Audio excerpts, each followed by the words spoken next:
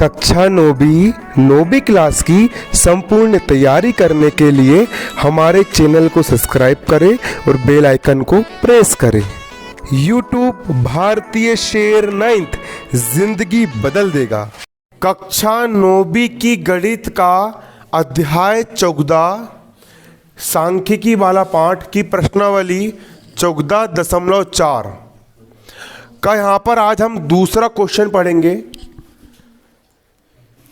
गणित की परीक्षा में एक गणित की परीक्षा हुई, एक गणित का एग्जाम हुआ। 15 विद्यार्थियों ने निम्न अंक प्राप्त किए। 100 में से कितने कितने नंबर मिले? एक बच्चे को 100 में से 41 मिले, एक को 39 मिले, एक को 48 मिले, एक को 52 मिले, एक को 46, 62, 54, 40, 96, 52, 98, 40, 42, 52, 60। इस प्रकार से यहाँ पर आपको नंबर प्राप्त हुए।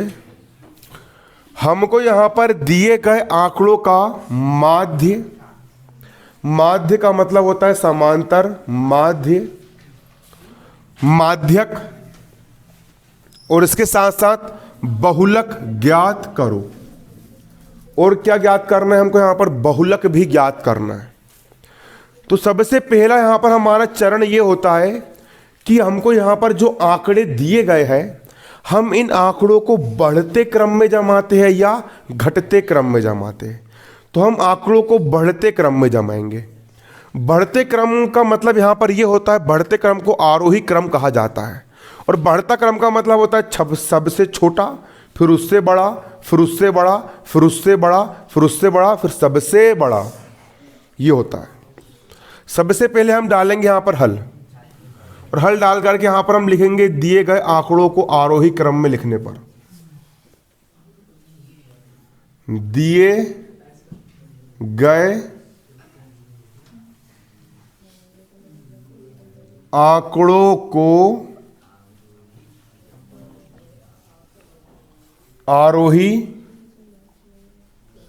क्रम में लिखने पर। आरोही क्रम का मतलब होता है बढ़ता क्रम। तो बढ़ता क्रम मतलब सबसे छोटा आंकड़ा कौन सा है इसमें? देखो 39, 39 से बड़ा 40, कितने बार आया?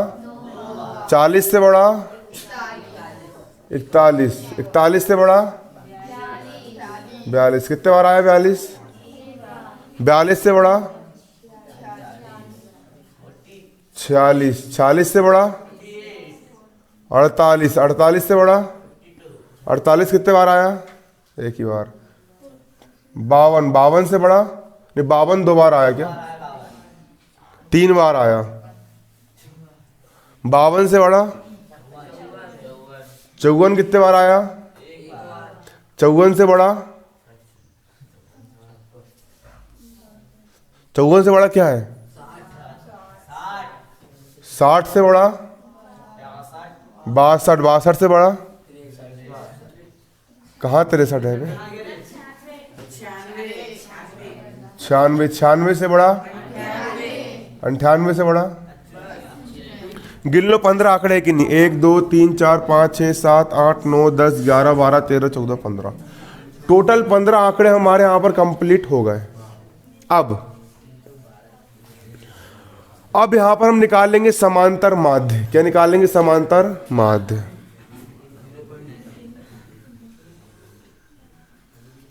समांतर माध्य। समांतर माध्य निकालने के लिए हम क्या करते हैं? जितने भी प्रेक्षण दिए गए उन सारे प्रेक्षणों को जोड़ देते हैं और प्रेक्षणों की संख्या से भाग देते हैं। समांतर माध्य बराबर होता है सभी प्रेक्षणों का योग, सभी प्रेक्षणों का योग बटे प्रेक्षणों की कुल संख्या, बटे प्रेक्षणों की कुल संख्या। माध्य बराबर क्या होता है? जितने भी प्रेक्षण हैं इन सारे प्रेक्षणों को जोड़ दो और इनकी संख्या से भाग कर दो, तो यहां पर हमारा समांतर माध्य निकल करके आ जाता है। समांतर माध्य 1 से बार होता है, निकालेंगे, सारे प्रेक्षणों को जोड़ देंगे यहाँ पर 39 धन 40 धन 41 धन 42 धन 46 धन 48 धन 52 54 54 60 62 96 98 बटे इनकी टोटल संख्या कितनी है 15। 15 से यहाँ भाग कर दिए, 100 बार बराबर। अब जोड़ेंगे, जोड़ने का तरीका इकाई के अंकों को पहले जोड़ा जाएगा। 8 और 6 14, 14 और 2 16, 16 और 4 20, 20 और 2 22, 22 और 2 24, 26, 26 और 8 26 और 8 34, 34 और 6 40, 40 और 2 42 और 1 43, 43 और 9 43, 43 और 52, 52 का 2 हासिल का आया 5, 5 और 3 8, 8 4 12, 12 4 16, 16 4 20, 20 4 24, 24 4 28, 28 4 32, 32 5 37, 37 और 5 42, 42 5 47, 47 और 5 52, 52 और 6 58, 58 और 6 64, 64 और 9 73, 73 और 9 73 और 9 82। Very good. बटे का हो गया, बटे 15 का हो गया 15, 822 बटे 15 यहाँ पर निकल करके आ गया।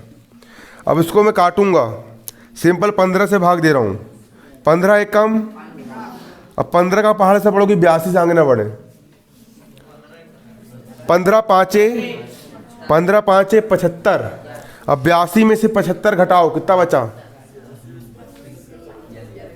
82 में से 75 गए, कितना बचा? 15 5 75, 82 में से 75 गए, कितना बचा? 7। Very good. 7 पे 2 कितना हो गया? 72 हो गया। अब 15 चौक कितना होता है? 60 होता है। 15 चौक कितना होता है? 60 होता है। अब 72 में से 60 गए, कितना बचा? 72 में से 60 गए, बहुत शानदार बेटा। कितना बचा? 12 बचा। 72 में 60 गए, 12 बचा। 12 में 15 का भाग नहीं जाते हैं, लग जाएगा दशमलव, और 12 पे लग जाएगा 0, तो वो हो जाएगा 12 दहम 120। अब 15 पहाड़ से पढ़ो कि 120 से आगे ना बढ़े, तो 15 अट्ठे 120, तो 54.8। ये आपका समांतर माध्य निकल करके आ गया। ये आपका आंसर आ गया 54.8। यह हमारा समांतर माध्य है। देखिए यहाँ पर हमने समांतर माध्य तो निकाल लिया, 54.8 है। अब यहाँ पर हमको क्या निकालना है? माध्यक भी निकालना है। माध्यक भी निकालना है। माध्यक कैसे निकाला जाता है? माध्यक निकालने के लिए यहाँ पर हम n का मान कितना है? n मतलब पदों की संख्या, मतलब कुल कितने आंकड़े यहाँ पर दिए गए? 1 2 3 4 यहाँ 15। कितने आंकड़े दिए गए हैं? 15। टोटल कितने आंकड़े दिए गए हैं? 15। तो n का मान यहाँ पर 15 है। 15 कैसी संख्या है? सम संख्या है या विषम संख्या है? विषम संख्या है। तो 15 जो कि विषम संख्या है।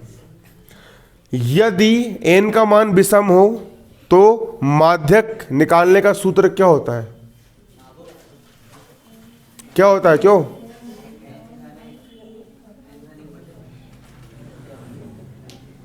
बाजू में क्या होता है? बहुत शानदार बेटा, वेरी गुड, बिल्कुल बहुत शानदार। चल बैठ जाओ ना। n का मान यहाँ पर 15 जो कि विषम है विषम। तो माध्यक कैसे निकालेंगे? माध्यक निकालने का सूत्र होता है n धन 1 बटे 2। अब माध्यक निकालेंगे। माध्यक बराबर हो जाएगा n प्लस 1 बटे 2 बा पद। एन धन 1/2 बा पद। इस सूत्र की सहायता से हम यहाँ पर माध्यक निकाल लेंगे। अब एन का मान कितना है यहाँ पर? एन का मान यहाँ पर 15 है, तो 15 धन 1 का हो गया, धन का 1 और बटे में 2 का 2 बा पद। 15 और 1 यहाँ पर होता है हमारा 16 बटे 2 बा पद। 16 बटे 2 बा पद। 16 में 2 का भाग दिए, 2 1 कम 2, 2 8 ही 16, 8 बा पद। 8 बा पद। और 8 बा पद क्या है? 8 बा पद जब हमने जो बढ़ते क्रम से जमाए थे उसमें ढूंढना है, जो हमने जमाए थे उसको हमको उस हिसाब से ढूंढना है। 8 बा पद 1 2 3 4 5 6 7 8, 8 बा पद यहाँ पर हमारा 52 है, तो यहाँ पर आंसर कितना जाएगा हमारा? 52। ये हो गया आपका आंसर। 8 बा पद कितना हो गया आपका? 52 निकल करके आ गया। अब हमको अगला निकालना है बहुलक। अगला हमको क्या निकालना है? बहुलक। बहुलक का मतलब ये होता है कि ऐसा पद जो सबसे ज्यादा बार आया है। तो सबसे अधिक बार क्या आया है? 40 2 बार आया। 52 एक ऐसा पद है सबसे अधिक बार आया है, 3 बार आया है, 1 2 3। 52 आपका जो पद है सबसे अधिक बार आया है, 3 बार आया है, 3 बार आया है। सबसे अधिक बारंबारता 52 की है, इसलिए 52 ही हमारा क्या होगा? बहुलक होगा। जो पद सबसे अधिक बार आता है, जो पद सबसे अधिक बार आता है उसी को हम क्या बोलते हैं? बहुलक कहते हैं। सबसे अधिक बार क्या आया है आपका? 52 आया है, अतः आपका बहुलक क्या होगा? 52 होगा। क्लियर है? यहां लिखना बाकायदा बिल्कुल, मैं यहां पर लिख दे रहा हूं कोंटे में खोपचे में, है ना, अच्छे समझो। चूंकि 52 सबसे, इसके तुम उसके नीचे लिखना है 52 सबसे अधिक बार आया है, अधिक बार आया है, 52 सबसे अधिक बार आया है, अतः बहुलक क्या होगा हमारा? 52 होगा। अतः